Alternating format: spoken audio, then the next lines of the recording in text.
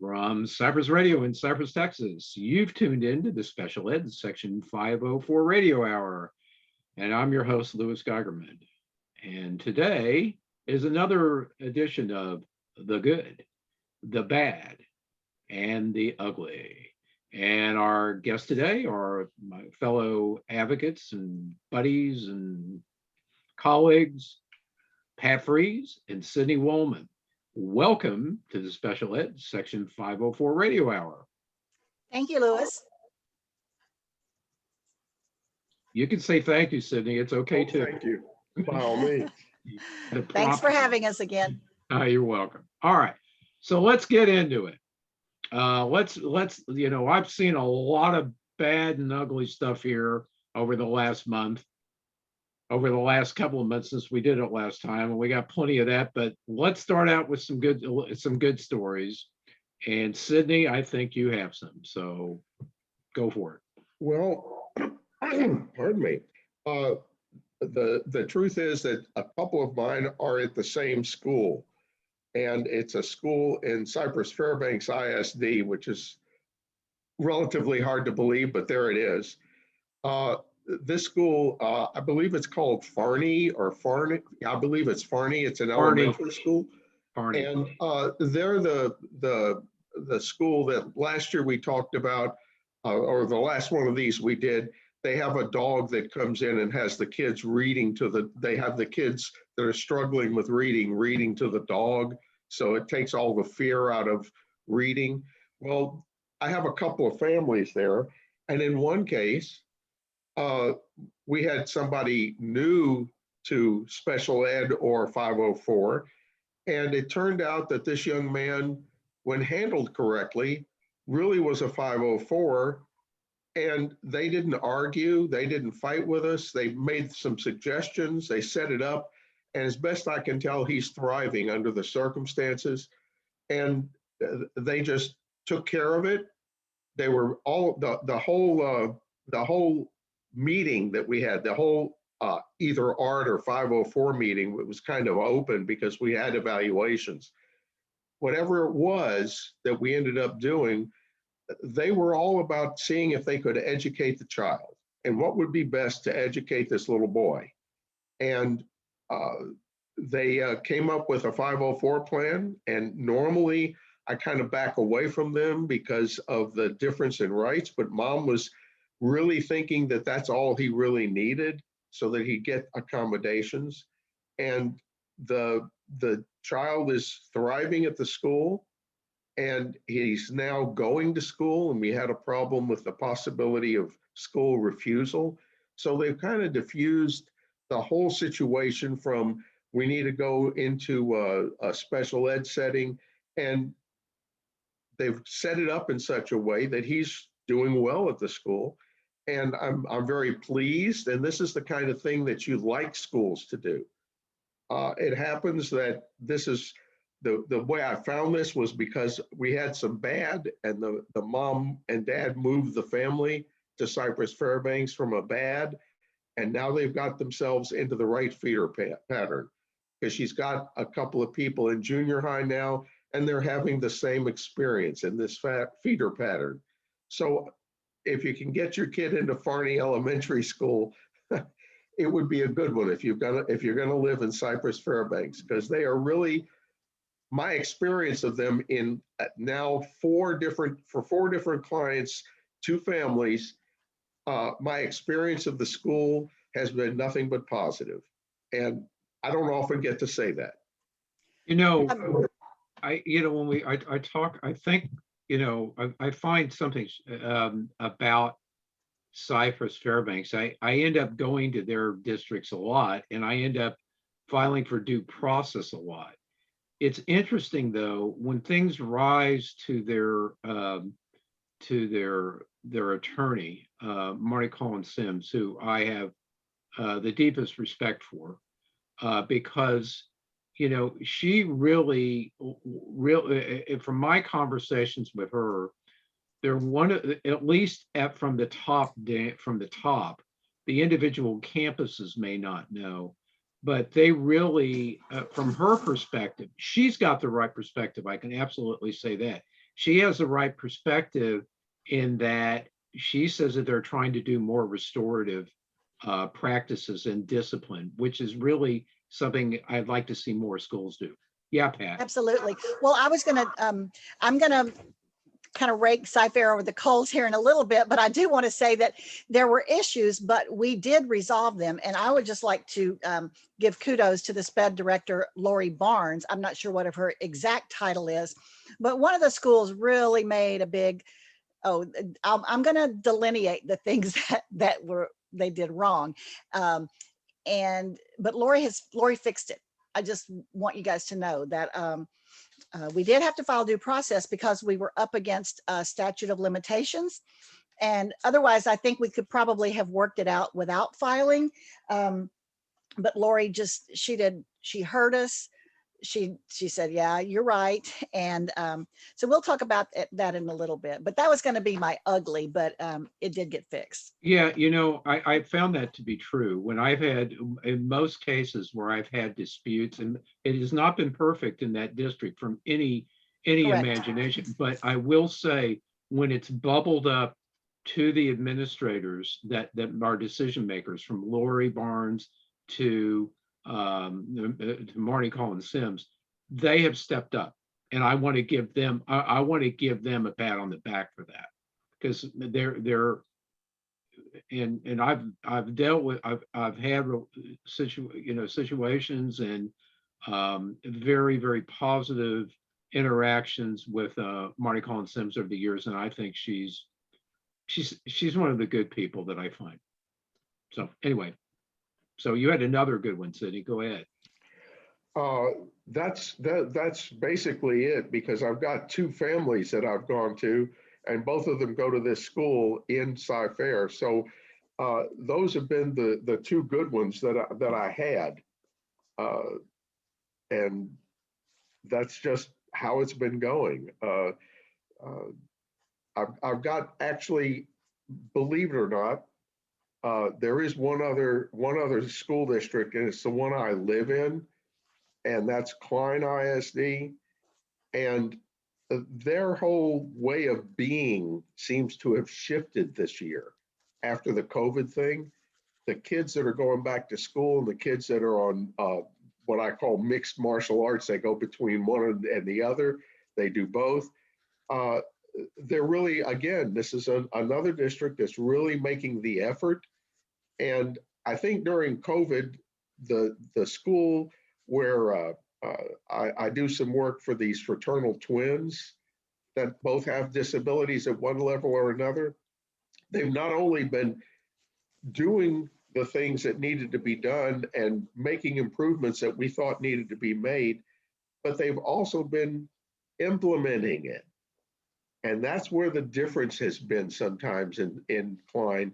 They have the right things listed and they seem to want to do the right thing, and then it's not implemented. And this school has gotten some new administrators, I think, and they're now implementing what these twins need, and they're making progress. So again, COVID and everything taken into account, I can call that another good. Because I've had, I'm sorry, I didn't mean to interrupt you. In those two instances in particular, they've made a real effort. And again, it's a school that's had ups and downs with these children. For sure.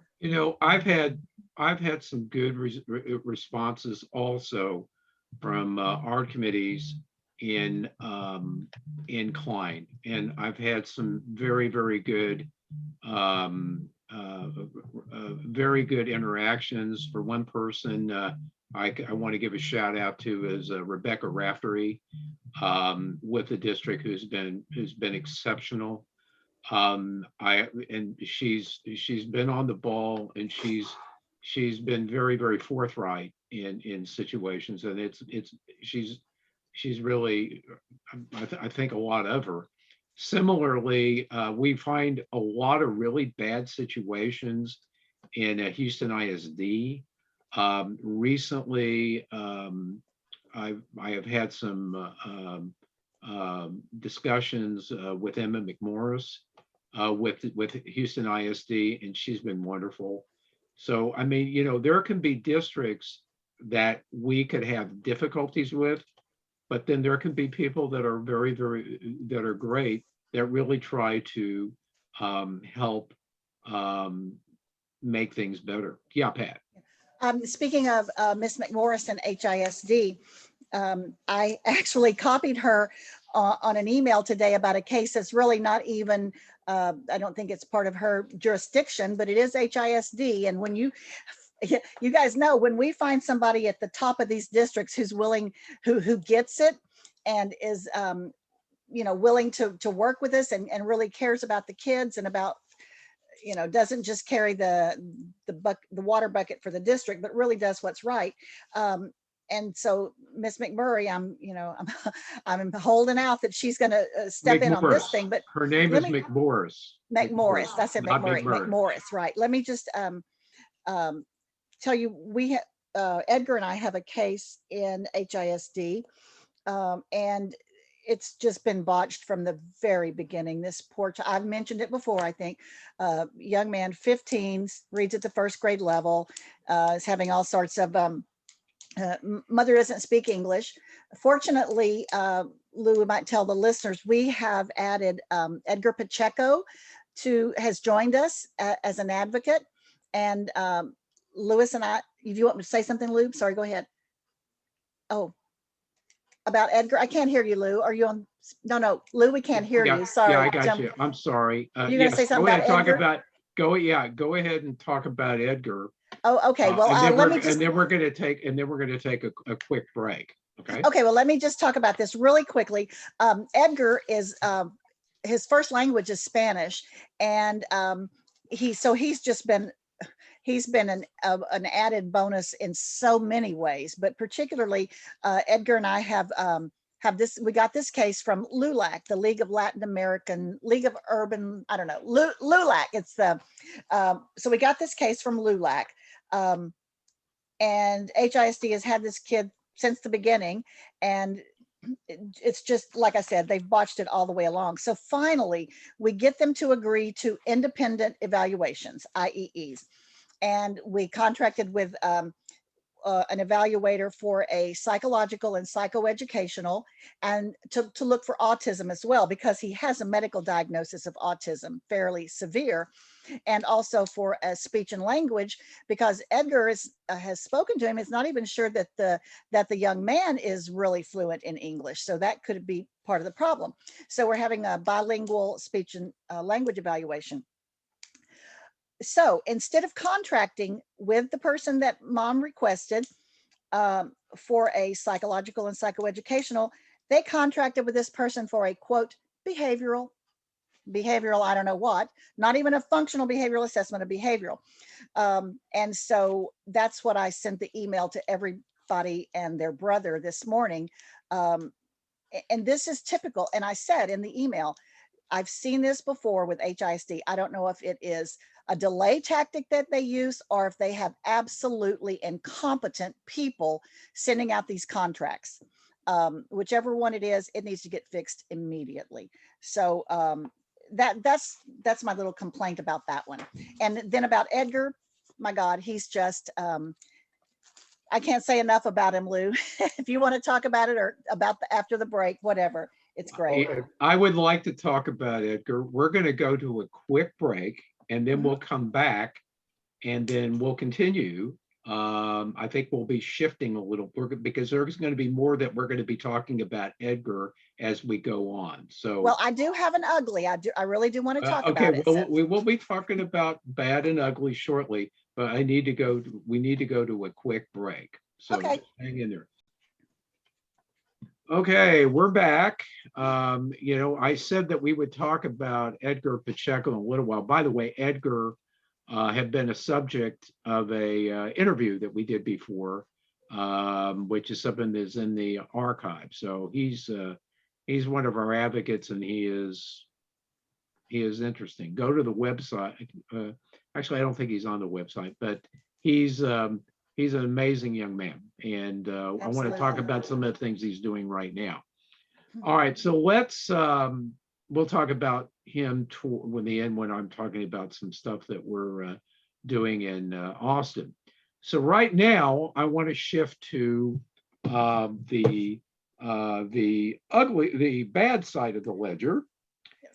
And so who wants to go first on bad stuff? Because I think there's plenty of bad stuff. Well, I'll go unless Sidney has one, if he wants to go first. You go, because really the things I've got are very limited. Okay. Most of the people I'm working with are getting what they need. Okay. Not all of them. This again is back to the Cy-Fair case I mentioned, and it did get fixed, but I just want to put for the listeners, I want to give them a little bit of information about how bad it can get at the IEP committee level. So in this one case, we had two independent evaluations, the psychological, psychoeducational, and a speech evaluation. And when we, well, here's the question. Is the IEP committee required to review an independent evaluation in an IEP meeting? This district said that they can go over it. They can go over the results with the parent, but that they're really not required to. And the official told the parents that it was the responsibility of the independent evaluator to go over the evaluation. And then also when the parent asked to go over each of the recommendations in the IEE, so she could know what they were going to accept, what they weren't going to accept, the district psychologist told her that she had previously reviewed the IEE and said that the student did not meet criteria as a student with an autism spectrum disorder. And she also said that the preponderance of the data from the district's evaluation and the IEE indicated that the student did not meet the criteria. And she said that she would answer specific questions if the parent had any, but they would not be going over the IEE.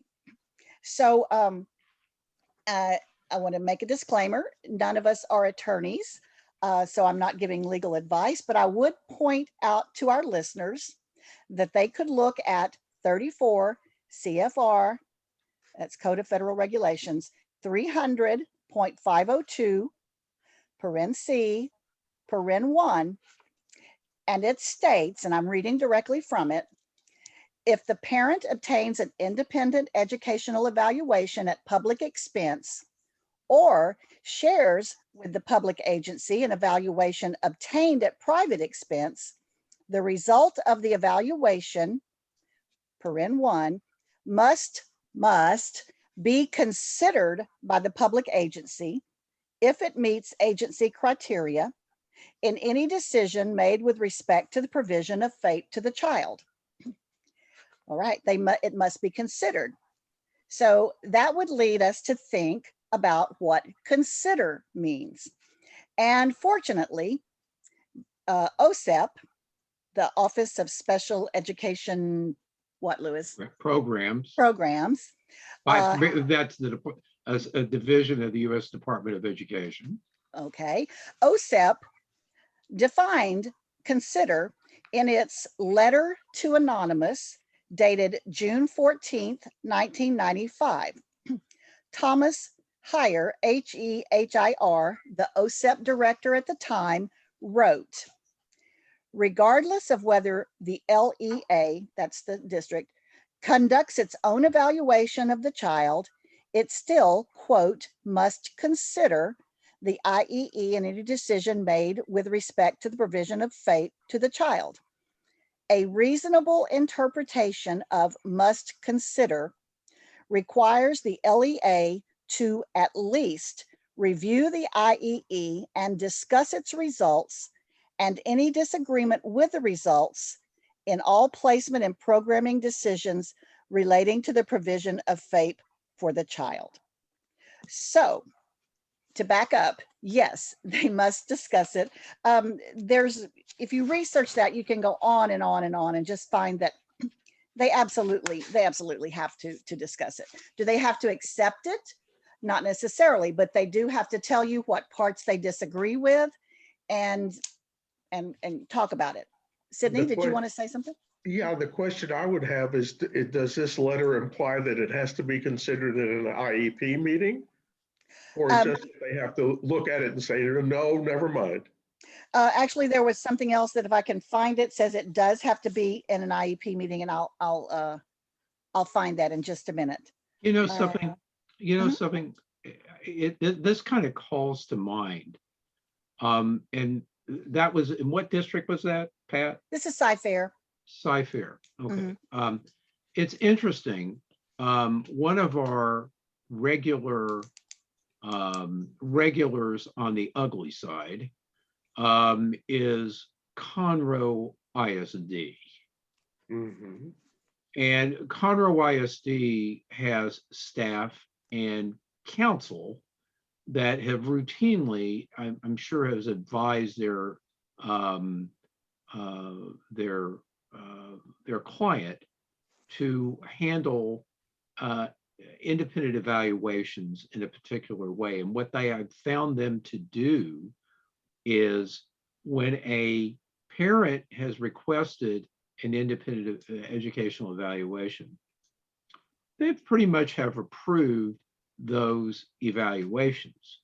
But once those evaluations have been done, they come back to ARD, which is proper, and then they dissect it, which is the right to do that, and compare that to their own evaluation. And then they routinely say, we don't agree with it. Okay. Mhm. And so, but then they turn around and they said, however, we need to do our evaluation all over again. Well, that's happening in this case. They did say they want to reevaluate, but we met and they considered our IEEs and implemented some of the things that were most important to the parent. Um, but that's exactly what they did in this case. The official said, and that's where she used her preponderance of the data. She looked at the new IEE, compared it to what the district did, and made her decision that it, yeah, go ahead, Lou, didn't qualify. Mhm. Okay. We need to take another break and we'll be right back. Okay. Okay. So as you were saying, Pat. Right, Louis, you had asked if the district has to consider the IEE in an ARD committee, in an IEP committee meeting, and I stumbled there, but the answer is yes, simply because all the results that have to do with placement and programming decisions relating to provision of FAPE have to be discussed in the ARD committee, in the IEP committee meeting. So clearly, it would have to be done there. Mhm. The other thing I want to address, just because it was kind of so funny, is the preponderance of data. It's not preponderance of evidence. It's which is a um, legal term. It's a preponderance. And I just looked it up. Just the word preponderance means being greater in number, quantity, or importance. Some of the synonyms are the bulk or the majority. So basically, she was saying that the bulk of the data, or the majority of data, indicated that the student did not meet eligibility criteria. And we all know that that is not how eligibility is determined. Um, there's no standard under IDEA or Texas Education Agency, or probably any education agency, that the preponderance of data or preponderance of evidence is a method for determining eligibility. And I can tell you what that means with my non-attorney understanding of what it means in civil court, but that's not appropriate here. So anyway, so that brings up the thought, how is eligibility determined? And again, I would point our listeners to 300.306 of CFR 34.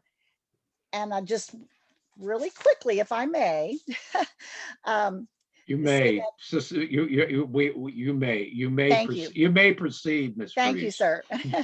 That upon completion of the administration of assessment and other evaluative measures, a group of qualified professionals and the parent of the child determines whether the child is a child with a disability as defined by section 300.8 in accordance with paragraph C, blah, blah. Okay.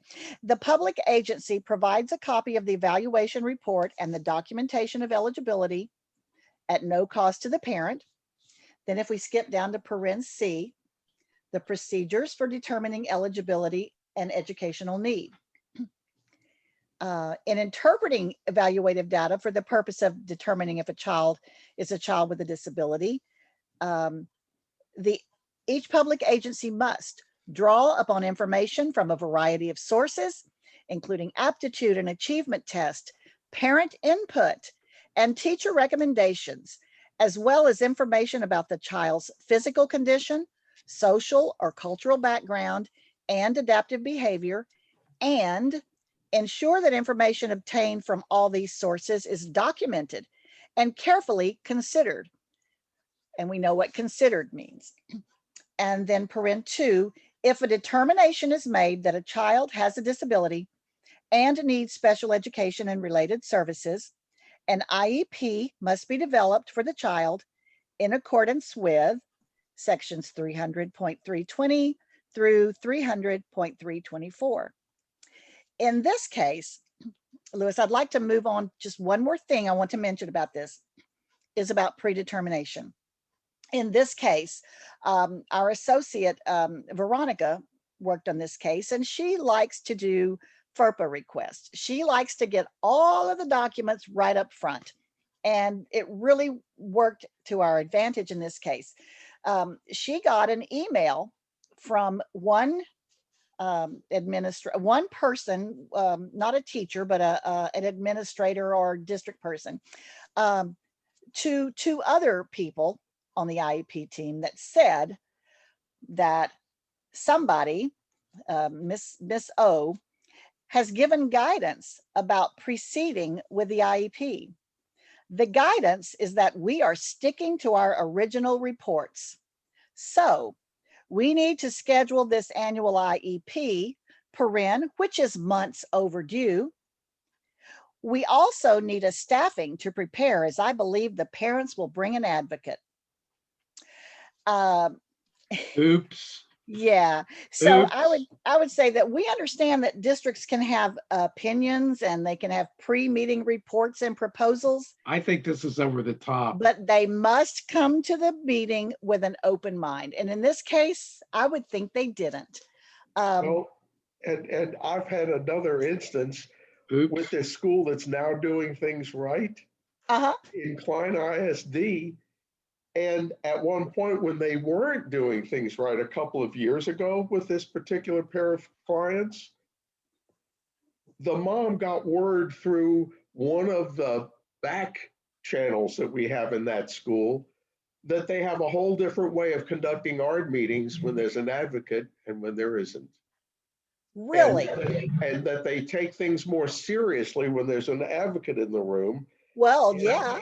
And that's the kind of thing, if I wish I'd had an email on that, that would have been wonderful. But that's the kind of thing that, again, it says, why doesn't everybody get that kind of treatment? Exactly. Why are you giving it only to people that hire an advocate? I just, last year, I don't know if I mentioned this on a show or not, but this was Santa Fe Independent School District, and that's not Santa Fe, New Mexico, that's Santa Fe, Texas. We know where it is. Yes. I think the whole world knows where it is. Oh, that's right. We had the shooting there. Yes. Okay. And Yeah. I substituted at that school before, or in the district. Anyway, the parent told them that she was bringing an advocate, and they said, "Oh, you really don't want to do that. All they do is take your money, and you really probably don't want to bring an advocate." And I told this lady, that lady, I cleared it with her. I said, well, you know what I said. I said, I am not about the money. And as a matter of fact, if somebody really needs it and they can't afford it, they need to call me, because to me, what I'm about is getting what the kid needs. and you know, fighting the good fight. So I was highly offended that she would, I mean, I would have rather she said, oh, she's no good, call someone else, as to say, oh, you know, don't bring an advocate, all they want is money. I mean, paint us all with that broad brush, right? Yeah. So Yeah. anyway, Well, It I'm just- going to switch gears Okay. now. okay. All right. I want to talk about some bad, actually probably ugly. I don't know if I'm going ugly, whatever. It crosses the line here. But I've got a case that's really upset me, actually. Hmm. Now, what you all may have heard of a Riften chair. You heard of the Riften chair? It's kind of a chair they put kids in to help them attend, okay, or those that may have a orthopedic issues, help them sit upright in a chair. Um, I haven't heard of the name of it, but I know that kind of thing exists. yeah, it's called a Riften chair. Okay, well, we have a child in a district in the Fort Worth area. I'm not mentioning the name right now, but there is a child that is in the has an autism spectrum disorder. He is nonverbal and about 6 years old and in first grade. And he only communicates with his device really maybe 50% of the time, and not with really with intent. I mean, really, okay. With really a communicative intent. There's a lot of hand-on-hand assistance. He also screams. He tries to elope, and he puts his hands over his ears. So he obviously has some sensory issues. The OT said, well, to help him attend, and attention is a real issue. So the OT decided to introduce a Riften chair to help him self-regulate.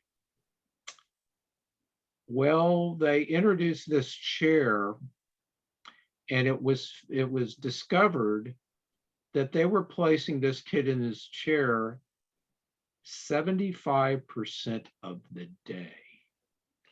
Oh my goodness, Lou. And finally, when somebody started asking questions and whatever, they dialed it back to like 50% of the day. But Lou, effectively, it's not like a high chair that just keeps him stable. it's a high chair, but they have a harness on it. Oh, okay. Uh-huh. Well, I mean, there are some that have a harness, some that don't. But the issue is they're not letting him out of the chair because of his behavior. Oh boy. Yeah. Well, you're trying to show a picture of it. No, that's a No, garage that's chair. one kind. There's No, one. Lou. That's one kind. That's a garage chair I'm showing you. Oh, that's a garage chair. Okay. Well, Yeah. anyway, obviously this is inappropriate, and obviously we're holding their feet to the fire. But that is just Unbelievable. that is outrageous. Did his IEP address that? Well, it talked about the Riften chair, but it sure as heck didn't say to put him in at 75% of the day. Oh my God, no. That's a garage chair. It looks like to me like that's what it's based on, Louis. Goodness Yeah. gracious. And that's a torture chair. Yeah, this is like something out of the dark ages. My goodness. Yeah. So obviously there's going to be some Oh, a 6-year-old. that's right. That's right. Oh, Louis. Oh yeah. Oh yeah. So that's obviously something that we are currently that I'm currently involved in right now. In fact, this just came across my desk. I also have another one. Oh, This is up in and this is an entry into you, Sidney, Yes. in a little district north of Houston in Cold Spring, Oakhurst. You want to talk a little bit about that for a moment? Sure. So the client I think you're talking about, pardon me, client I think you're talking about is a little boy about 6 years old, and he's kind of slight and on the autism spectrum. And we have an instance where the school district put in cameras because he was trying to elope. They had cameras everywhere, anywhere he was likely to go, including a playground that led up to if he got out of the playground, there was a field he could run through and get to the street. And he went to elope, and this para and teacher chased after him and apparently grabbed the back of his hoodie and pulled him down from behind like a cartoon character that's suddenly in the midair and falls to the ground. And then proceeded to do some other things that I'm not sure I want to get totally into, but let's just say it was improper restraint of the young man. And we've got it all on video. And the case has been actually, it was filed with the police. Mom is able to keep good records and is followed up closely. And the other thing that you may not know yet, Lewis, is that this little boy has been complaining that these two ladies that were his teachers were, he complained over and over again that they were poking him and pinching him and doing things like that even before this incident. But apparently they did some improper restraint and other things. And it's been, the video was I think the legal term is spoilage, but it is preserved, and the police department that works for the district saved it and helped to enhance it so it could be totally visible. And do you want me to get into what the special ed director said after she reviewed it? I don't know that we need to, but Okay. but the issue is, this is certainly in the outrageous department. Yeah, it's Absolutely. beyond ugly. And when you talk about improper restraint, this is a little boy who is probably 3.5 feet tall, maybe 4 feet at the most, and he's slight. He's not like a great big kid. And apparently this teacher was claiming to Mom that she had restrained him by putting her feet on either side of him and just controlling him with her feet while she stood over him. But that's not exactly what the video shows. You know, Oh my. this goes back to my interview with Ross Green. If people, y'all who have listened to my show, if you didn't, I ran it a couple of times, but if you all haven't seen my interview with Ross Green, you can see it on my YouTube channel on SPED Radio, SPED Radio. Watch the video. And Ross Green wrote a book a number of years ago called The Explosive Child, and how we need to be thinking differently about how we deal with kids.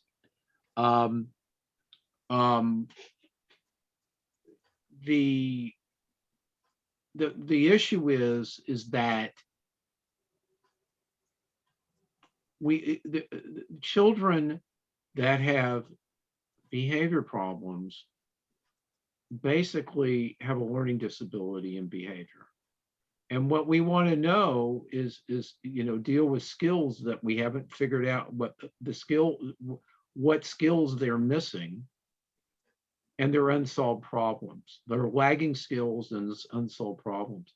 But one of the thing that Ross is really big about is really eliminating restraints, the need for restraints. Absolutely. It's causing, first of all, there have been improper restraints that have killed kids. And then there are the situations that, and nearly every single one have been traumatized in one way or another. We just need to get away from this. And in cases like this are outrageous. We need to get, and he has been on a mission, livesinthebalance.org, livesinthebalance.org, to eliminate restraint. It's just a terrible thing. And it just, every time I hear these cases, it makes me upset. So anyway, Wow. anybody else have any bads that they want to talk about, or uglies? Oh, no, I Okay. think I hit the highlights. You're the lowlights. Okay, well, I want to talk about I said that I was going to talk about our colleague and the Our people, superstar. a superstar, Edgar Pacheco. Edgar, first of all, Edgar was a client of mine. And when he was in school, he was receiving a support for an orthopedic impairment. Edgar has a condition that he has no arms and legs. And that doesn't stop this person from doing anything. He needs help, but that doesn't stop him from doing anything. And he is brilliant. The fact that you don't have arms and legs doesn't mean you're smart, dumb, or whatever. He is very smart. In fact, he is one of He's the brilliant, brightest.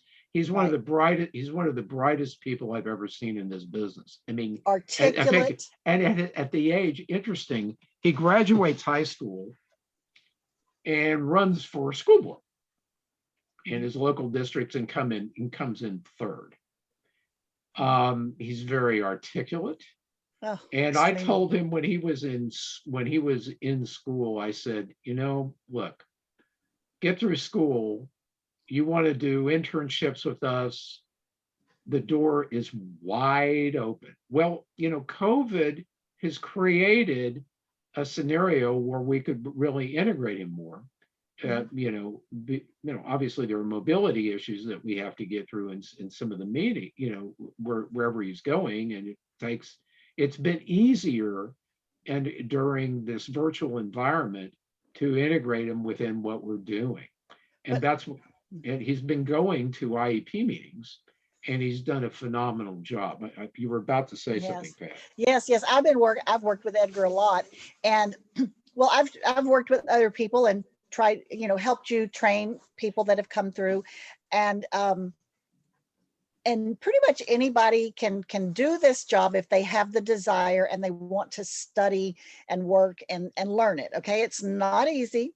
Um, and we've had some people that worked really hard and have become advocates with us.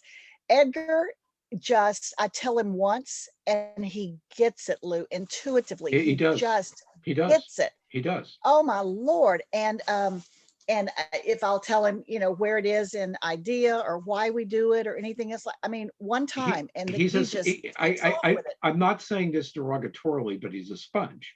He Oh, absolutely yes. takes it in and he Mhm. runs with it and it's there and he gets Right. it. And then he comes up with these great ideas. And something else I would like to say about how wonderful he is. I just want to tell all the listeners, I really love you. I love the parents, but my least favorite thing to do is to talk to you guys on the telephone. And Y'all can talk to me. I'm sorry. y'all talk to, but Edgar will call the parents. Oh my goodness. The parents that don't speak English, he will form relationships with them. He calls the students. He gets relationships with the students. And it's just and that happens. My clients that I have, they all want me to adopt them or they want to adopt me. It's in this business, you can't help but form relationships with each other, the clients and the advocates. But he thrives on that, I think. And I don't know, Lou, that he has a lot of mobility problems. He goes anywhere and everywhere. He's fortunate that he has his mom takes him places and his sister, and there's nothing that I've seen that stops him. And sense of humor about, there is no feeling sorry for himself. He thinks that God created each one of us uniquely and perfectly, and that's the way God created him, and that's the way he's supposed to be. And it's just, I never cease to be amazed by this young man. He is. He's truly remarkable. So Mhm. anyway, here's where the ugly comes in my view. Okay. I did a show this last week about the Texas statute of limitation. Okay. And just to, and under IDEA, the statute of limitation is for you to, the time for it takes you to realize that you knew or should have known when something had occurred that you need to assert your rights and file for due process. It was prescribed in 2004 during the reauthorization. By the way, the special ed law, IDEA, is reauthorized, supposed to be reauthorized every 7 years. Last time it was reauthorized in 2004. Yeah, we're only 17 years late. But anyway, I don't know when it'll be reauthorized. But in 2003, here's what happened, okay? 2003, they were in negotiations in Washington in Congress for that reauthorization, okay? And a lobbyist that was registered for both the Texas Education, he was registered with the Texas Association of School Boards in the Texas legislature and in the Congress. And he was there in Washington for like 6 months.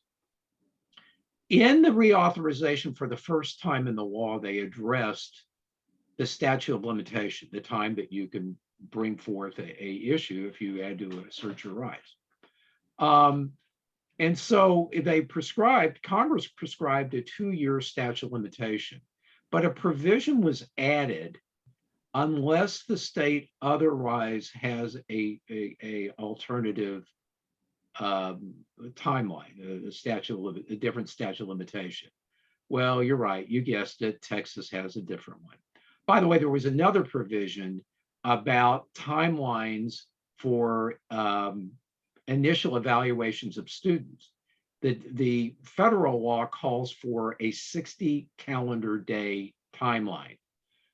Okay, just think about that. But then the same caveat, unless the state has a different timeline. Well, in 2003, at the same time, Texas has a biannual legislative session. So they meet every 2 years. So in this legislative session, this lobbyist that I'm alluding to went to the Texas legislature and got a bill brought up that which would dial back the statute of limitations at that time, which was 2 years, back down to 1 year. And I was just about ready to testify in front of the House Public Education House Public Education Committee in the legislature. And just as I was about to speak, the committee chair said, "Mr. Geigerman, are you aware that there is a committee substitute and there's a substitute bill here?" And I said, "No, sir, I'm not." They said, "Well, I think that you'll like it." I said, "Well, I'll have to see."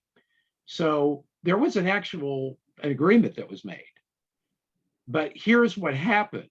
So apparently there was going to be an agreement and they were going to move on, so forth. Okay. So what apparently happened was the Democrats in the state decided to leave the legislature, and they left in mass. So what happened is that all the bills that were pending at that particular time effectively died. And that was the end of the session. Well, our bill was apparently one of those that died along with it.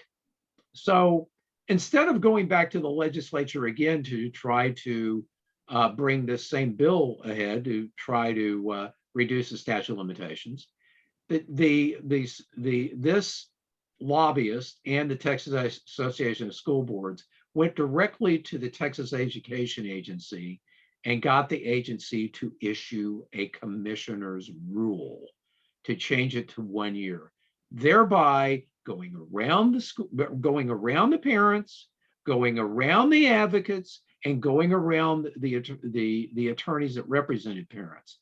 And they made that a rule, and that's been the way it is since 2004. That's how dirty it was. But let me tell you something. The statute of limitations is so important because it takes time for parents to realize that there's a problem. It takes time. The schools routinely, drag things out. They may not have accurate information about how a child is actually performing. They always say, I think it's a uniform thing. How's Johnny doing? Oh, Johnny's doing great. Oh, he's doing great. And then when you look at him, and then when you dial back peel back the onion, Johnny's not doing so great. And it takes time to know that. Well, in the meantime, so the schools say we don't need a 2-year statute of limitation. There's no reason. Well, it takes time for parents to learn that there's a problem. Another problem, another issue is you look at these school districts and let's look at how a meeting looks like. It takes time for a parent to understand what the problem is, that there's a problem. But these parents are going into, they're given a procedural safeguards, a list of their procedural safeguards. They don't even understand it. They're expected to make decisions about their child in complex legal issues, and they don't have, and most parents don't have legal representation. By the way, there's 588,000 students approximately that receive special education in Texas. There are only 7 attorneys that practice full-time for parents in special ed, only 7 full-time and another 20 part-time. So let's say there's 27 attorneys for 588,000 students. That's 1 attorney for every 21,799 students, okay? Meanwhile, there's 1,032 school districts in this state. Now, some of them are co-op, so that actually drops the numbers. They cooperate. Small districts may co-opt their services to, if they don't have the money. But let's use 1,032 number, okay? There are 97 attorneys that practice special education law for school districts, 97. So basically that's 1 attorney for every 10.6 districts. I'm guessing that the districts don't have any problem getting representation, but parents may have some difficulty. Not only that, what do the districts do? What? Is that actual attorneys or is that firms? I'm sorry to interrupt you. Attorneys. Okay. Attorneys, 97. Then there's another thing. Attorneys routinely, I've seen routinely come to IEP meetings routinely when a parent is unrepresented to intimidate parents. Think about what a meeting looks like. Parents don't know their rights, and the people in the schools, they're able to get information about complex legal issues because they have attorneys on retainer. They can get answers to complex legal information just like that. Parents don't have that access. Yes. Well, also, if I may say, clearly everybody that works with a school district is educated, and not all parents are college graduates. They may be great parents, but they may not have the the skills or the language or whatever they need. Yeah, but I've seen even attorneys, not that practice in other parts of the law, they don't understand education law. No, it's entity all unto itself. Yes. Right, and so it's still a situation where there's unfair advantage. So there aren't that many attorneys that practice this type of law. The districts intimidate. When you go to a IEP meeting, it's not unusual for there to be at least 10 members of the school staff against maybe 1 or 2 parents. They're overwhelmed. They feel intimidated, and the districts use they use phrases that parents don't understand. They speak in education ease, and they don't get it. And they want to barrel through the program. Parents, they ask them, "Well, you have any questions?" They don't know what to ask. So they're going into it blindly. What was that, Sidney? They have no idea. And what's even worse, many of these districts and many situations, they're looking to avoid spending any money because they want to just have a 45-minute meeting and go on. And as a teacher, a full-time certified elementary school teacher working in both HISD and some charter schools, the meetings, in fact, I can't prove that this is why I got fired, but I was asked to leave a school district because I was a teacher who once signed disagree.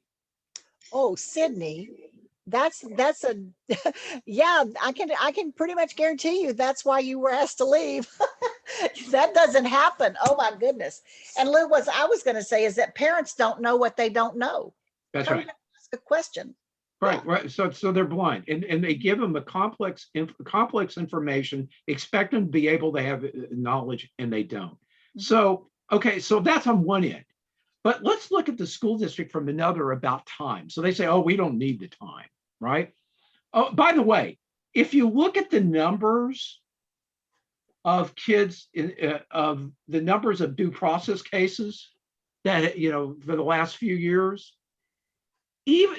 what we want is, so we have a bill in the legislature now that Edgar Pacheco has been out talking to folks, and we got it now out of the Public Ed Committee unanimous 12-0, which is phenomenal. But the thing about it is the districts claim, like I mentioned before about the initial time for somebody to be assessed, they have 45 school days to assess, and then 30 school days after to have a meeting.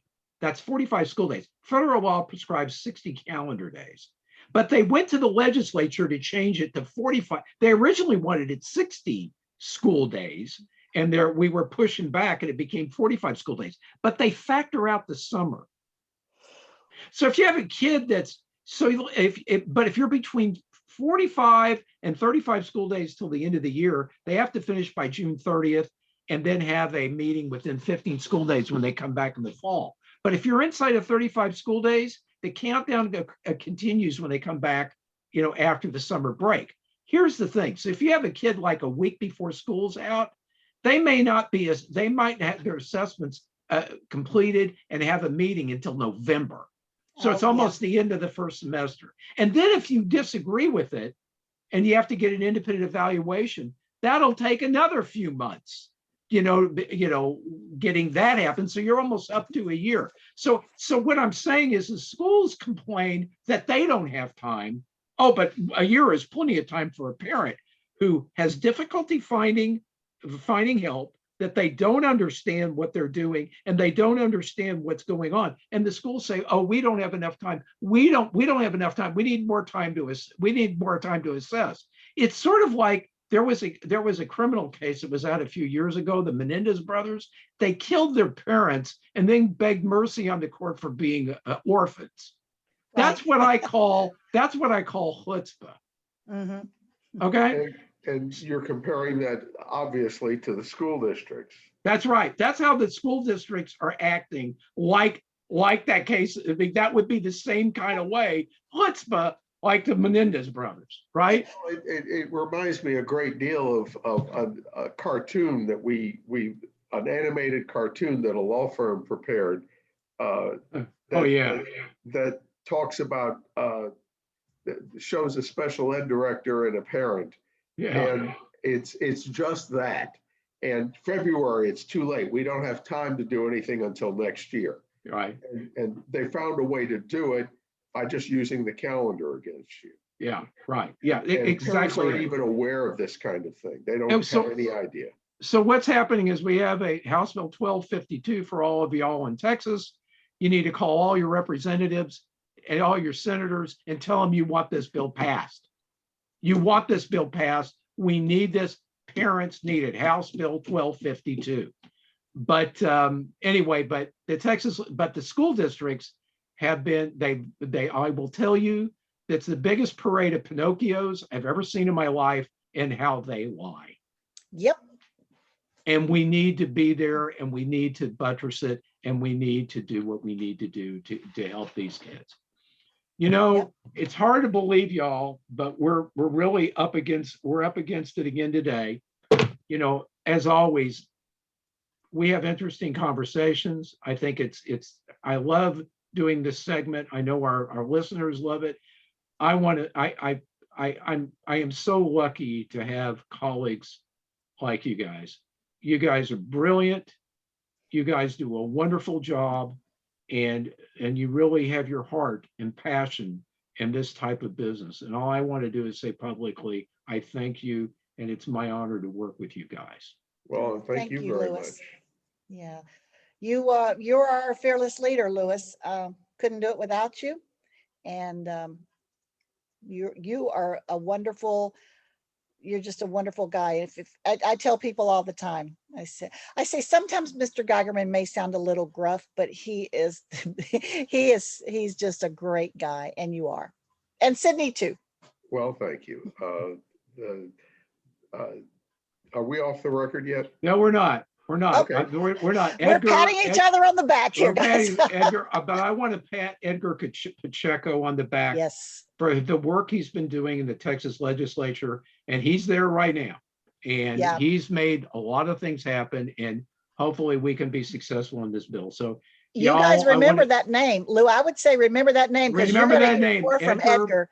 Edgar Pacheco, this kid will move mountains. I Yep. don't know where he's going, but he's going to go, it's up, and it's going to be way up. So anyway, I want to thank Sidney Wohlman and Pat Freeze for being on the show once again. This Louis Geigerman, our company is National Art IEP Advocates. Our website is narda.org. If somebody needs to contact Sidney, contact you, Sidney, what's your email? Email is educationsydney@gmail.com. And that's how you get a hold of me most of the time. I've been warring with Google lately, but there it is. All right, educationsydney@gmail.com. Pat? And you can text me at 713-898-2255. I will respond to your text. Okay, 713-898-2255. 2255. Pat? Yes, email is very easy. pfreeze, FREEZE @gmail.com. And you can text me at 281-733-0422. Fantastic. Okay, and I'm Louis Geigerman. You can get my email is national ARD advocates, national ARD advocates @gmail.com. Our website is NARDA, NARDA.org. If you want to tweet me, it's at Louis Narda, LOUISNARDA. Cypress Radio puts on this show at cypressradio.org. For us to continue there, it's a not-for-profit radio station, so you can make any contribution to it that you want. This show will actually be up on our YouTube channel on Sped Radio, Sped Radio on YouTube. So if you go to look for SPED Radio, you will find this particular show up on the website, up on YouTube. So y'all, thank you for being on. I'll see you all on the internet and on the radio. Have a great week. Bye-bye. Are we out?